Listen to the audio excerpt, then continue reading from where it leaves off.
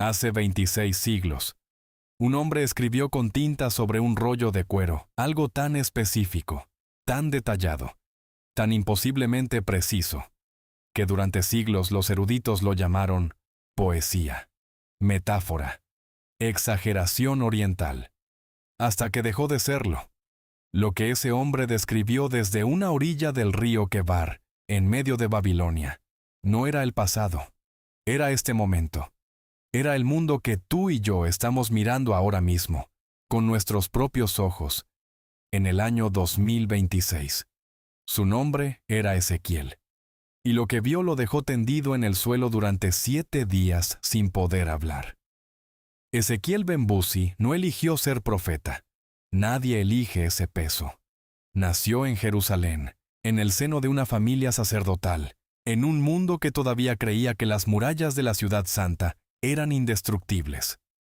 Era hijo de Buzi, un sacerdote del templo, lo que significa que desde niño creció dentro de los patios del edificio más sagrado del mundo conocido. Aprendió a reconocer el olor del cedro del Líbano que ardía en los altares. Aprendió el nombre exacto de cada utensilio de oro, de cada cortina bordada, de cada piedra del atrio interior. El templo no era para él una institución abstracta. Era el lugar donde el mundo tenía sentido. Tenía aproximadamente 30 años cuando los ejércitos de Nabucodonosor cruzaron las llanuras de Judá por segunda vez. El primer deportación ya había ocurrido. Ya había perdido amigos, parientes, conocidos, personas que él había visto rezar en los mismos patios donde él rezaba. Pero la segunda deportación fue diferente. Esta vez, él estaba entre los que fueron llevados. Esta vez él caminó, con sus propios pies, los casi 1.600 kilómetros que separan Jerusalén de las riberas del río Quebar, en Mesopotamia. Caminó durante semanas. Cruzó desiertos que no tenían nombre en los mapas que él conocía. Llegó a una tierra donde el idioma que escuchaba en los mercados no era el suyo, donde los dioses que se adoraban en los templos no eran el suyo, donde el polvo tenía un sabor diferente en la boca. Se instaló en Tel Aviv, una pequeña comunidad de exiliados judíos a orillas del Quebar. Construyó una casa, o algo que se parecía a una casa. Aprendió a vivir en ella sin sentirse en casa. Y durante los primeros años del exilio, hizo lo que hacen los hombres que han perdido todo lo que definía quiénes eran. Sobrevivir. Respirar. Seguir de un día al siguiente sin entender todavía para qué. Las mañanas junto al Quebar olían distinto a las mañanas de Jerusalén. En Jerusalén, el aire de madrugada traía el polvo seco de las colinas de Judea, el olor del incienso que salía del templo antes de que hubiera luz suficiente para ver los muros, el sonido de las palomas en los tejados. En Mesopotamia, el aire traía humedad. El río era ancho y oscuro, y sus orillas tenían una vegetación baja y espesa, que nada se parecía a lo que Ezequiel había conocido. Las noches eran más calientes.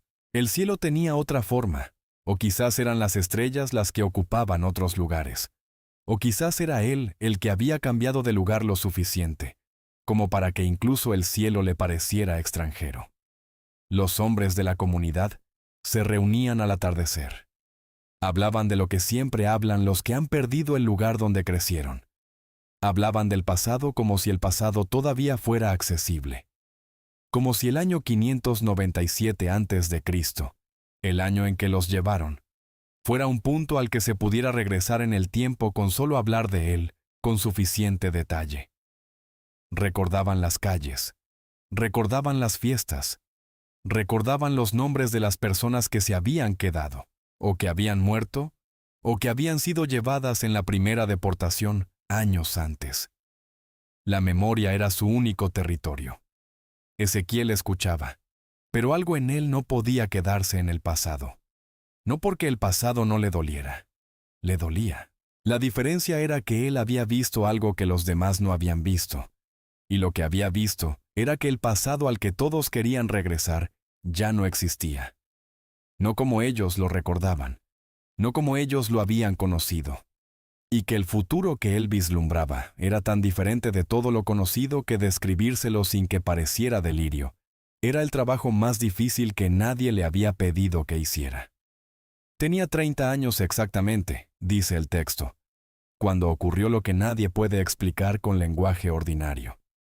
Era el 5.º día del 4.º mes, una fecha que Ezequiel recordaría con la precisión con que los sobrevivientes recuerdan las fechas que parten su vida en 2 mitades. Estaba junto al río. No sabemos si estaba solo o acompañado. El texto solo dice que miró al norte, y que del norte vino una tormenta. No una tormenta ordinaria.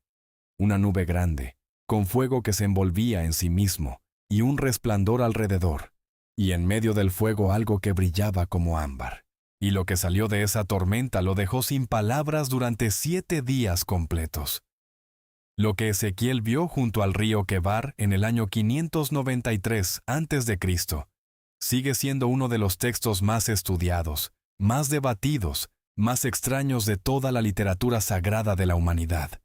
4 seres vivientes, con 4 rostros cada uno. Ruedas dentro de ruedas.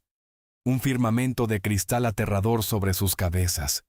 Una voz como el sonido de muchas aguas. Una figura sentada sobre un trono de zafiro con la apariencia de hombre. Ezequiel cayó sobre su rostro. Y desde el suelo, con la cara en la tierra, escuchó que le hablaban. Pero esto no es una historia sobre visiones del pasado. Esto es una historia sobre lo que esa visión contenía. Porque después de la imagen deslumbrante de los querubines y las ruedas, después del resplandor y el trueno, vino algo mucho más perturbador que cualquier criatura sobrenatural. Vino un mensaje. ¿Y ese mensaje? Pronunciado por primera vez en el año 593 a.C., describe con una precisión que eriza la piel algo que no ocurrió entonces, algo que está ocurriendo ahora. Ezequiel era un hombre real, de carne y hueso, con el peso del exilio sobre los hombros y el olor del río extranjero en la ropa. Y lo que le fue dado ver excedía su propia época en todo lo que importa. En los primeros años junto al río, Ezequiel hizo algo que ningún profeta anterior había hecho de la misma manera. No predicó en el templo. No tuvo audiencia de reyes. Habló a un puñado de exiliados confundidos que vivían en casas prestadas en una tierra que no era la suya, y les describió, con detalles que los dejaban sin aliento, lo que estaba a punto de ocurrirle al lugar más sagrado del mundo. El templo iba a ser destruido, no dañado, no saqueado, destruido hasta los cimientos. Sus compatriotas no lo querían escuchar. ¿Quién querría escuchar eso? La comunidad exiliada tenía profetas propios que les decían lo contrario. Profetas de nombre reconocible, de familia respetable, con la voz cargada de optimismo, que prometían el regreso inminente, la restauración rápida, el favor divino restaurado en cuestión de meses. Era mucho más cómodo escuchar esas voces. Ezequiel sabía que era más cómodo escucharlas, pero no podía decir lo que no había visto. Así que siguió hablando. Y en el año 586 a.C., 7 años después de su primera visión, Nabucodonosor entró a Jerusalén, quemó el templo y derrumbó las murallas. Exactamente lo que Ezequiel había dicho que ocurriría. No hubo ningún profeta optimista que saliera a dar explicaciones ese día. Los exiliados que habían escuchado las voces tranquilizadoras se encontraron ahora sin templo, sin ciudad, sin el horizonte familiar de expectativas con el que habían sobrevivido los primeros años del destierro.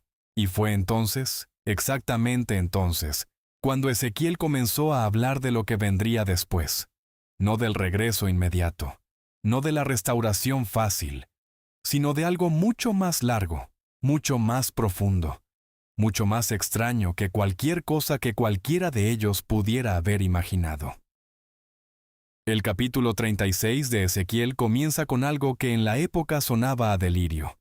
Dios le dice que hable a las montañas de Israel, no al pueblo, a las montañas, a la tierra misma, a la tierra que en ese momento estaba vacía, saqueada, quemada, habitada por extranjeros que habían llegado a ocupar lo que sus legítimos habitantes ya no podían defender. Le dice que la tierra pronto recibirá de vuelta a su pueblo, que los campos que estaban yermos volverán a ser labrados, que las ciudades destruidas serán reconstruidas, que los que un día caminaron sobre ese polvo volverán a caminarlo. Esto en el año 586 a.C., en un momento en que no existía ninguna razón política, militar, económica ni demográfica para pensar que eso fuera posible. Pero la promesa no termina en el regreso. Lo que viene después del regreso es donde el texto se vuelve imposiblemente preciso para nuestra época. El capítulo 36, versículo 24, dice: Os tomaré de las naciones, y os recogeré de todas las tierras, y os traeré a vuestro país. Esto tiene una lectura histórica parcial. El regreso del exilio babilónico bajo Ciro el Grande, en el año 538 a.C. Pero lo que sigue no encaja con ese regreso. Lo que sigue describe algo de una escala completamente diferente. Pondré en vosotros un espíritu nuevo. Quitaré de vuestra carne el corazón de piedra, y seréis mi pueblo. Estas no son palabras que describan una restauración política. Son palabras que describen una transformación interior colectiva de proporciones que el retorno babilónico no produjo. El pueblo que regresó con Zorobabel bajo el edicto de Ciro no experimentó ninguna transformación espiritual masiva. Siguió luchando con los mismos problemas, las mismas divisiones, la misma distancia interior que el texto describe como corazón de piedra. Entonces la promesa mira más lejos, mucho más lejos. El capítulo 37 es el más famoso de todo el libro, el Valle de los Huesos Secos. Ezequiel es llevado en el espíritu a un valle lleno de huesos humanos, no huesos recientes, huesos muy secos. Huesos de los que la vida había partido hacía tanto tiempo que ya no quedaba humedad, ni olor, ni ningún rastro de lo que alguna vez habían sido. Y la pregunta que le hacen es la pregunta más extraña que se puede hacer ante ese espectáculo. ¿Podrán vivir estos huesos?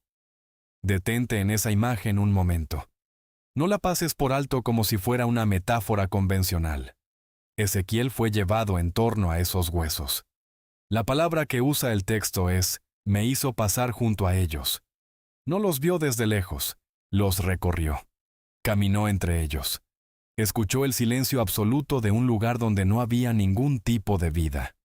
Un valle amplio, dice el texto, y lleno de huesos, muchos, y muy secos. Los arqueólogos que han trabajado en yacimientos de la antigüedad saben lo que significa un hueso muy seco. Significa que el tiempo ha hecho su trabajo completo, que no hay posibilidad de equivocarse sobre la condición del que fue. No hay ambigüedad. No hay zona gris entre la vida y la muerte, cuando los huesos son tan secos que se deshacen al tacto. Lo que Ezequiel vio en ese valle era el símbolo más contundente que existe del fin absoluto.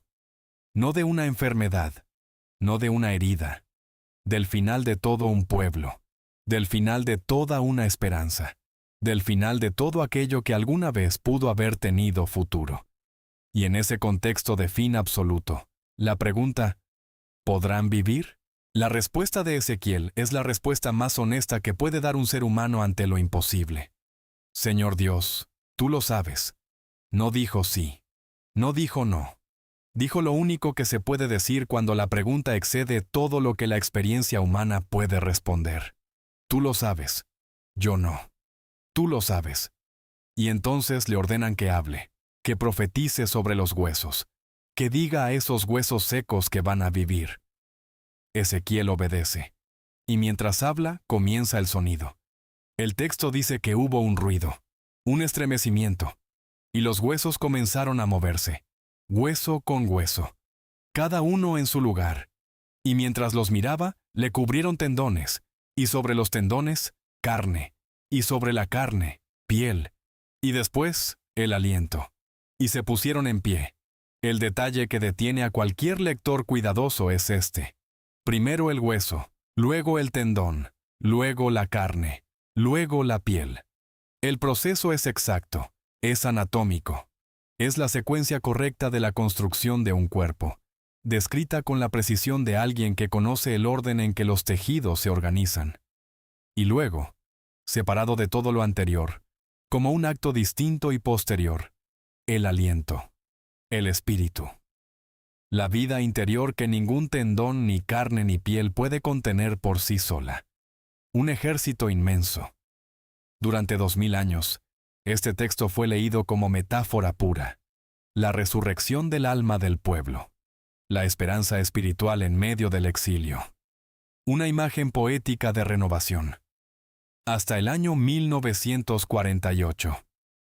El 14 de mayo de 1948, en Tel Aviv, David Ben-Gurión se puso de pie ante un micrófono y declaró la independencia del Estado de Israel. Por primera vez en 1878 años, desde la destrucción de Jerusalén por los romanos en el año 70 después de Cristo, el pueblo que había sido dispersado por los 4 rincones del mundo, que había sobrevivido persecuciones en Europa, en África del Norte, en el Medio Oriente, en Asia, que había llegado casi a la extinción en los campos de exterminio de la Segunda Guerra Mundial, apenas 3 años antes. Ese pueblo estaba de pie de nuevo, con un nombre, con una bandera, con un ejército. Los que escucharon la transmisión de radio esa tarde, muchos de ellos sobrevivientes de campos de concentración que todavía tenían los números tatuados en el brazo. Muchos de ellos ancianos que habían vivido toda su vida en un exilio que creyeron permanente. Muchos de ellos personas que habían perdido familias enteras en el horror más reciente. Esas personas escucharon la voz de Ben-Gurión y pensaron en Ezequiel, porque lo que describía el capítulo 37 no era solo la resurrección de huesos secos en un valle, era la descripción del proceso exacto, en secuencia exacta, por el que una nación muerta vuelve a vivir. Primero los huesos, el pueblo disperso, sin forma política, sin territorio, sin estructura de Estado. Luego los tendones. Los primeros movimientos organizados del sionismo a finales del siglo XIX. Las primeras oleadas de inmigrantes que llegaron a Palestina décadas antes de que existiera ningún Estado. Luego la carne. Las instituciones. Los sistemas de gobierno provisional.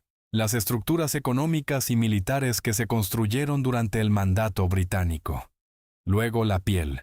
La declaración de independencia, el reconocimiento internacional, la forma visible de un Estado. Y después, el aliento. Lo que todavía está llegando. Pero la profecía de Ezequiel no termina ahí. Lo que viene en los capítulos 38 y 39 es lo que hace que los estudiosos de la Biblia en 2026 miren el mapa del mundo con los ojos muy abiertos. El capítulo 38 de Ezequiel describe una coalición de naciones que se unirá para atacar a Israel en un momento específico. Un momento que el texto describe así: cuando el pueblo ya haya sido reunido de las naciones, cuando ya esté habitando en paz, cuando ya haya sido restaurado de la espada. La descripción de los atacantes es extraordinaria por su especificidad geográfica. Gog, de la tierra de Magog, Ros, Mesec y Tubal, Persia, Etiopía, Libia, Gomer, Bet-Togarma del norte extremo. Los eruditos han debatido durante siglos a qué naciones actuales corresponden estos nombres, pero hay un consenso que ha ido creciendo a lo largo de las últimas décadas, y que en 2026 resulta difícil ignorar. Persia es el nombre antiguo de lo que hoy es Irán. Esta identificación no es controvertida, es lingüística e históricamente directa. El nombre de Irán deriva de Ariana, relacionado con la raíz de la antigua Persia, y durante siglos el propio país se llamó a sí mismo Persia, hasta que en 1935, Reza Shah Pahlavi cambió oficialmente el nombre a Irán. La identificación de Persia en Ezequiel 38 con el actual Irán es aceptada tanto por eruditos judíos como por la mayoría de los comentaristas bíblicos a lo largo de la historia. Etiopía, Cus en el hebreo original, corresponde a la región que hoy abarca partes del noreste de África, incluyendo Sudán y Etiopía. Libia es identificada directamente por el texto griego de los 70 como Put, la región del norte de África que corresponde a la Libia actual. Y luego están los nombres más debatidos y más significativos: Magog, Ros, Mesec y Tubal. El historiador judío Flavio Josefo, escribiendo en el siglo I después de Cristo, identificó a Magog con los escitas, el pueblo nómada que habitaba las estepas al norte del Mar Negro, y el Caspio, la región que hoy corresponde aproximadamente a Rusia y las repúblicas de Asia Central. Esta identificación no es una invención moderna. Tiene 2000 años de historia interpretativa. El nombre, Ros, ha sido objeto de debate particular. Algunos lo identifican con un simple adjetivo hebreo que significa principal o jefe.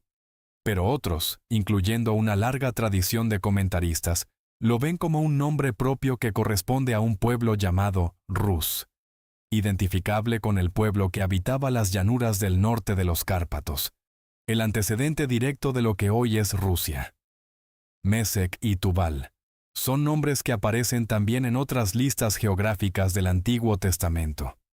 Josefo los identificó con los capadocios y los ibéricos del Cáucaso, la región que hoy corresponde a Turquía y el área caucásica. Gomer es identificado por la mayoría de los comentaristas con los cimerios, un pueblo de la región que hoy corresponde a Europa del Este y Turquía. Bet Togarma del norte extremo, mencionada como parte de la coalición, es asociada históricamente con la región de Anatolia, nuevamente la Turquía actual. Lo que describe Ezequiel 38 es, en términos geográficos modernos, una coalición que incluiría a Rusia como la nación líder, a Irán como aliado principal, junto con Turquía, Libia, Sudán, y posiblemente otros países del norte de África y Asia Central. Detente aquí un momento. Lee ese párrafo de nuevo. Rusia, Irán, Turquía. Una alianza política y militar que habría parecido completamente imposible durante la mayor parte del siglo XX, cuando Turquía era miembro de la OTAN, y los tres países mantenían relaciones cuando menos distantes entre sí, y que sin embargo, en los últimos años, ha venido tomando forma de maneras que los analistas geopolíticos señalan con creciente inquietud. En enero de 2019, los líderes de Rusia, Irán y Turquía se reunieron en Sochi para coordinar sus políticas sobre Siria en el marco del proceso de Astana. Fue la primera vez en la historia moderna que estos tres países formaron un mecanismo de cooperación formal. La reunión de Sochi no fue un evento aislado. Se ha repetido. Se ha profundizado. Los tres países han coordinado operaciones militares en terreno. Han establecido canales de comunicación directa entre sus servicios de inteligencia. Han firmado acuerdos de cooperación energética. Han celebrado maniobras militares conjuntas. A mediados de 2024, las relaciones entre Rusia e Irán alcanzaron un nivel de cercanía sin precedentes en la historia de ambos países. Irán suministró a Rusia drones de combate que fueron utilizados en el conflicto ucraniano. Rusia suministró a Irán tecnología militar avanzada. Los dos países firmaron un tratado de cooperación estratégica que varios analistas describieron como el acuerdo bilateral más significativo entre ambas naciones desde la Revolución iraní de 1979. Turquía, mientras tanto, mantiene una posición que podría describirse como estratégicamente ambigua. Formalmente sigue siendo miembro de la OTAN, pero ha comprado sistemas de misiles rusos S-400. Ha mantenido relaciones de cooperación con Moscú en múltiples frentes, y sus relaciones con Israel se han deteriorado a lo largo de los últimos años hasta alcanzar niveles de tensión históricos. El escenario geopolítico que describe Ezequiel 38 no solo es imaginable en 2026. En varios aspectos cruciales ya está tomando forma. ¿Has pensado alguna vez en qué momento de la historia te habría gustado vivir? ¿Y si el momento que te fue dado es precisamente este? Porque hay algo que solo desde aquí se puede ver, y que nadie antes pudo ver tan claramente.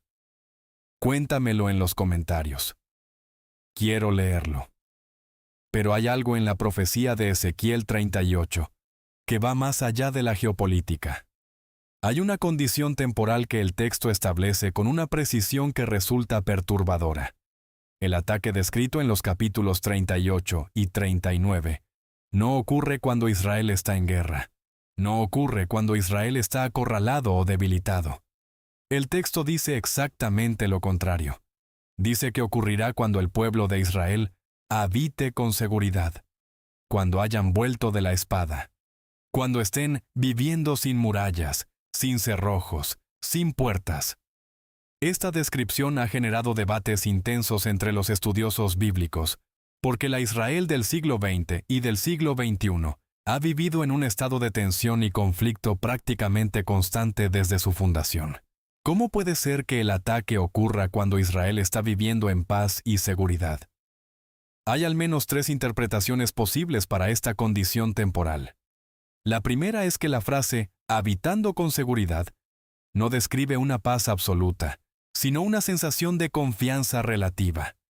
Que Israel llegue a un punto en que, aun con todas sus tensiones y conflictos, se sienta suficientemente seguro como para bajar la guardia.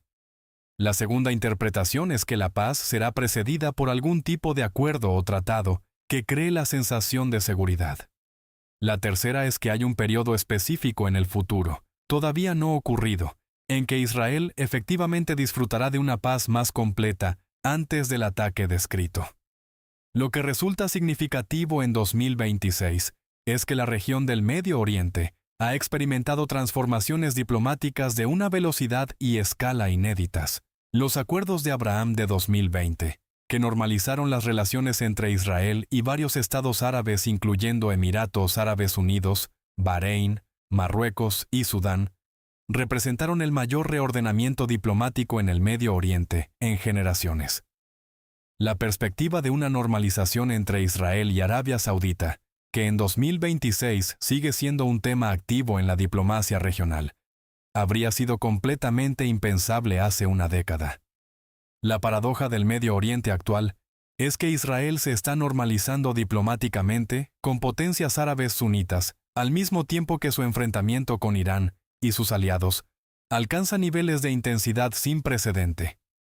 Exactamente la configuración que Ezequiel 38 parece describir. Una paz con algunos vecinos simultánea a la acumulación de tensión con la coalición del norte. El capítulo 38 describe también la motivación de los atacantes, no un conflicto territorial ordinario. El texto dice que vendrán a robar el botín y a tomar el despojo, a llevar la plata y el oro, el ganado, las posesiones, a hacerse con grande botín. ¿Qué botín podría tener Israel que justifique una coalición de esa magnitud? Los descubrimientos de gas natural en el Mediterráneo Oriental a lo largo de la última década y media han transformado la posición geopolítica de Israel de maneras que habrían parecido de ciencia ficción hace 20 años. El yacimiento de Leviatán, descubierto en 2010 y puesto en producción en 2019, convirtió a Israel en exportador de gas natural. El campo de Tamar. Los hallazgos en aguas chiprio-israelíes. La región del Mediterráneo Oriental se ha convertido en una de las zonas de mayor interés energético del mundo. Y en 2026, con el contexto energético global que existe, el control del gas del Mediterráneo Oriental representa exactamente el tipo de botín que podría motivar a una potencia como Rusia, que ha construido su influencia geopolítica sobre el control de los recursos energéticos europeos, a moverse en esa dirección. Esto no es especulación teológica, es análisis geopolítico con base en datos energéticos verificables. El texto de Ezequiel 38 describe además la reacción del mundo ante este ataque. Y esa reacción es quizás la parte más sobria de todo el pasaje. Cuando la coalición del norte ataca, ciertas naciones del occidente preguntan: ¿has venido a robar? ¿Has reunido tu multitud para llevar el despojo? Solo preguntan. No actúan. No intervienen militarmente. Solo hacen una pregunta diplomática. Cualquier observador de la política internacional en 2026 reconoce este patrón. El capítulo 38 termina con una intervención directa, no humana, no diplomática, no militar. El texto dice que habrá un gran temblor en la tierra de Israel, que los montes serán derribados, que los muros caerán, que habrá lluvia impetuosa y piedras de granizo y fuego y azufre, que la confusión se volverá contra los propios atacantes. El capítulo 39 describe las consecuencias. 7 meses de entierros. 7 años quemando las armas para usarlas como combustible. Son números que no tienen precedente en ninguna guerra de la historia documentada. Y después de todo eso, el texto de Ezequiel continúa. Los capítulos 40 al 48 describen una visión del templo que todavía no existe. Un templo que difiere en dimensiones y estructura del de Salomón, del de Zorobabel, del de Herodes. Un templo con proporciones específicas, con salas específicas, con ritos específicos. Un templo que Ezequiel describe con la precisión de un arquitecto que ha caminado cada uno de sus corredores. Este templo no existe todavía, lo que significa que la profecía de Ezequiel, que comenzó a cumplirse de manera verificable en 1948 y ha continuado desarrollándose en décadas sucesivas, todavía no ha llegado a su capítulo final. Estamos en medio de ella.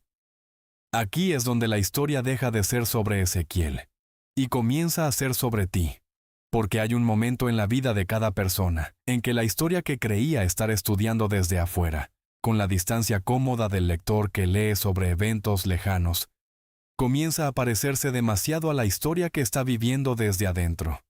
Y ese momento es siempre incómodo. Siempre exige algo. Ezequiel fue llamado Atalaya. La palabra hebrea es tzofé, el que vigila desde el muro, el que ve antes que los demás lo que se acerca. Y lo que se le dijo sobre ese rol es una de las frases más perturbadoras de todo el texto. Si el atalaya ve el peligro y no da la señal, la sangre del que muere cae sobre él. Pero si da la señal y el otro no escucha, entonces el atalaya queda libre. El que vigila tiene la obligación de avisar, no de convencer, solo de avisar. Si alguna vez has tenido la sensación de que los tiempos en que vivimos no son ordinarios, si alguna vez te has despertado con la certeza inexplicable de que estamos en un momento bisagra, si alguna vez has leído las noticias y has sentido que las piezas de un rompecabezas que no entendías están comenzando a encajar de maneras que te ponen la piel de gallina, entonces ya sabes algo de lo que sintió Ezequiel junto al río Quebar. No lo vio todo de una vez. Nadie lo ve todo de una vez. Lo vio por fragmentos. A lo largo de 22 años de visiones, de mensajes, de actuaciones simbólicas que sus vecinos encontraban desconcertantes y a veces aterradoras. Vio el templo vacío antes de que el templo fuera destruido. Vio los huesos secos antes de que el ejército se pusiera en pie. Vio la coalición del norte antes de que Rusia e Irán fueran siquiera conceptos en algún idioma. Y lo que vio no lo paralizó, lo puso en movimiento. No hay en todo el libro de Ezequiel un solo versículo que le sugiera al profeta que huya, que se esconda, que silencie lo que ha visto porque es incómodo o porque nadie lo quiere escuchar. Al contrario, cuando cae sobre su rostro ante la visión abrumadora de los querubines y las ruedas, una voz le dice exactamente esto: levántate, levántate, yo te envío. Esta es la parte que los estudios proféticos suelen saltar. El mensaje de Ezequiel no era solo información sobre el futuro, era una llamada a una respuesta presente.